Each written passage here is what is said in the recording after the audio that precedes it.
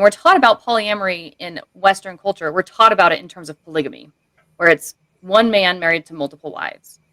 And the idea of one person having multiple partners and having the genders be non-specific is never talked about in general public circles. So you're taught that, like, oh, the Mormons and their polygamy, and oh, ancient cultures and their polygamy, Muslims and their polygamy and stuff. And they're taught of like the ownership of multiple women by one man.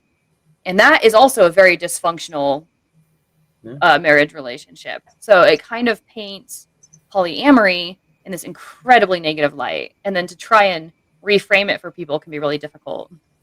With my particular dynamic that we have, I don't want to make it sound as though like there's just you're a swinger or you're not. There's different degrees of this. There are some people that, for example, in my opinion, the most extreme end of this is where the married couple don't even need to participate with whatever the other person is doing. They could just go off on a night and do their own thing. That to me, that's something different. To me, that's even a step above and beyond swingerhood. But admittedly, the community considers that swinger activity, and they're welcomed into the fold. And my line is same room. As long as we're within visual contact of each other, all is well and good until somebody raises a hand and says no. And no means no. Mm-hmm. Big time. End of story. Yeah. I'm sorry, go ahead. No, that's it. I just was going to reiterate. Well, I was going to say, I think the only thing that I can think of that I think ought to be taboo, and unfortunately it's presented as pretend taboo, but it's not as taboo as it should be, is the element of lacking consent. Non-consensual anything is the taboo thing, and that's always wrong and shouldn't ever be defended. And it seems like that's the thing that has people, that has defenders, when the other stuff that's not harmful is being attacked, and I don't like that conflation there. This is something that a lot of religious people do, unfortunately. Not all of them. I don't want to straw man all religion to be rape apologists, but there's certainly this idea. Some people don't recognize the existence of marital rape. They say it doesn't exist. Yeah. They say it doesn't exist. That's ridiculous. Clearly there is such a thing, being married to someone, just because the Bible says, don't deny your spouse. I don't care. It's wrong to force yourself onto someone else. Yeah. And so can I just make like a small clarification there when you say taboo? Yeah. So there's taboo, like we can't talk about it, and then there's taboo, like you shouldn't do it. And when we talk about consent and non-consent, I think in terms of conversation, it has to be incredibly non-taboo. It has to be super normalized. Yeah. I think in terms of action, that's where we should make it taboo. Like, that is not something you do. You don't cross that line. And I agree with you. It extends to any relationship, any person, anytime, any situation, right in the middle of sex. If she or he says, hey, I'm not feeling it, or now it's a no, it's a no, But just the idea that we get scared to even talk about these things, and that's where I would just draw a distinction. And just and so a little 2 cents into that. The only thing that I could add to that is to take it to the extreme. There's a particular genre of sexual activity called CNC. Consensual non-consent. Consensual non-consent. And it's literally rape fantasy is what this is. But it's supposed to be like spur of the moment, sporadic, when you're not expecting it, kind of a thing. And it's supposed to encapsulate the whole experience. And I've known people that participate in this sort of activity, and to be honest, it kind of that kind of scares me a little bit. I am fully in support of that kind of fantasy. I'm all for it. Okay, I just wanted to make sure, like, in terms of kinks and fantasies, I definitely am in support of the consensual non-consent, because it puts a lot of control on the woman to feel like out of control, but be in control and be able to say no if at any point she wants to. Does that make sense? Yeah, to throw out a bias, just to throw this out there, I'm not looking for sympathy points, but I actually, I was abused sexually for a time.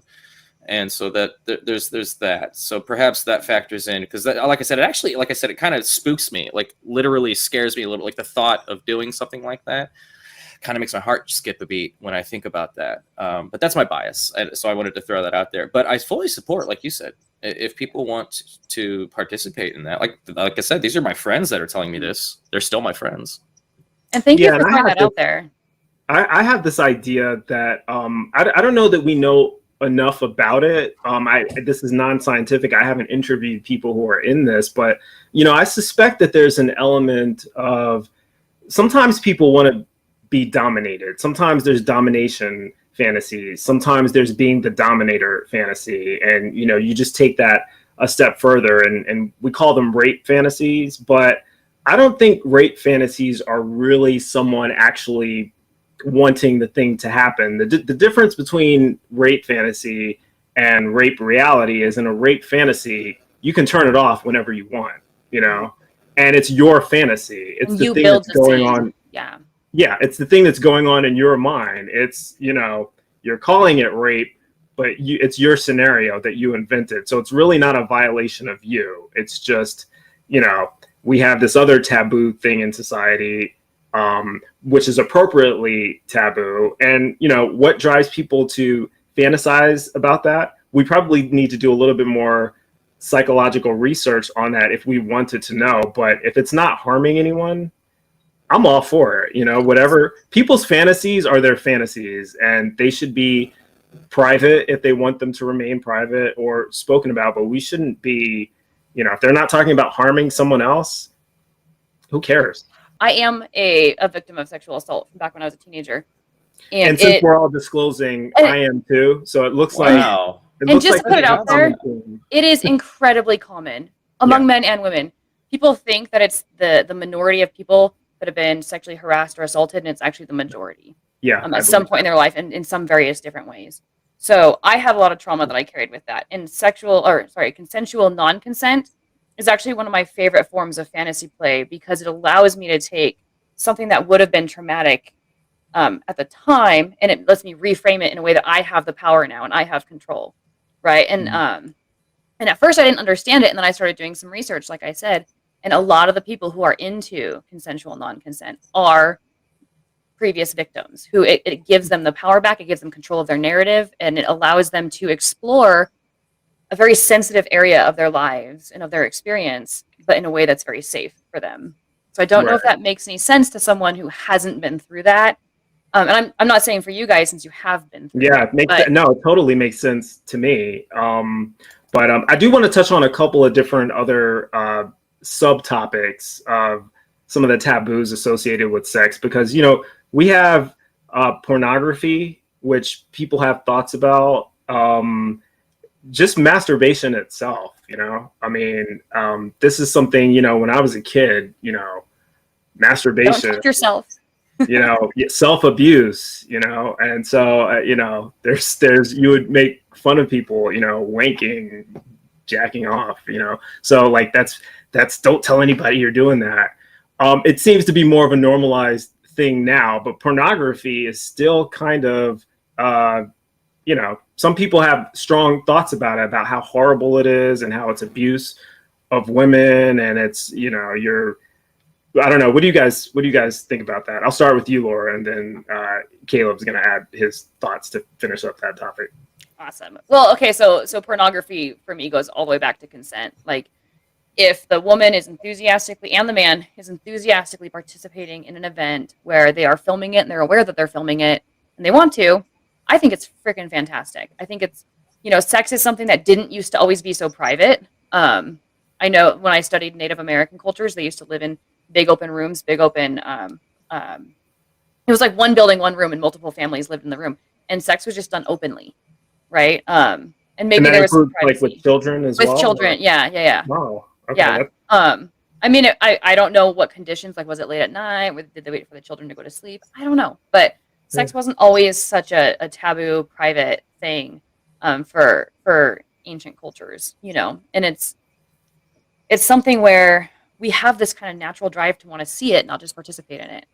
And there is sort of a natural driving force there. And so I don't find any shame in porn whatsoever. I think it can be a great tool for conversation, to explore new things, to get into those taboo subjects.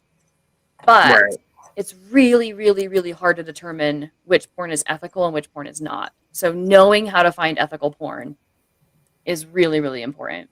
And I feel like we probably have a lot more of the ethical variety today than we did in the past, because we have so many more people making their own porn versus these big pornography studios, you know, bringing in, you know, I think the high quality, high production porn that you were used to seeing back in the day, that was always suspect because you didn't know anything about the people. But for the people who make their own porn and upload it, and yeah, this is me, you know, like my stuff on the internet.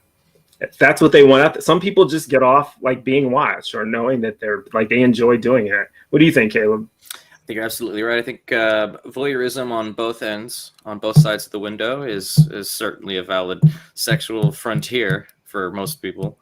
I, for one, I actually enjoy being watched. That's one of the reasons why we go to the clubs. One of the things that we do is we'll have the doors open. There's several different ways to go about it. You can leave the door wide open so people can come in, and some people will even get really ballsy and like touch, but most of them just, you know, stand around you. Or you can put a chain on the door, or you can close the door and just have a window open, or you can close the window and have it completely to yourself. So there's like varying degrees of openness that we're allotted. And honestly, I've found that I think I do enjoy being watched. As something that I don't know, something about. As far as the ethics of it goes, I think there is a case to be made for porn that the potential for abuse may not warrant the availability of its accessibility. That is to say that unless you can, like, unless you're paying for it and there's official paperwork that can be tracked to the directors and the producers and the actors, that you really can't know if that person is willingly being filmed or even doing the things that they're doing willingly. Very difficult, yeah. So it's very difficult, yeah. So I think there is something to be said about that. However, porn has been around time immemorial. It's not going anywhere. And I think that that's a realization that we need to accept as a society. And so I think clearly we need to allow porn to exist, but obviously I don't have anything amazing to add to this, but you know, it just needs to be regulated and monitored. But I do think personally that it needs to be monitored better than it is.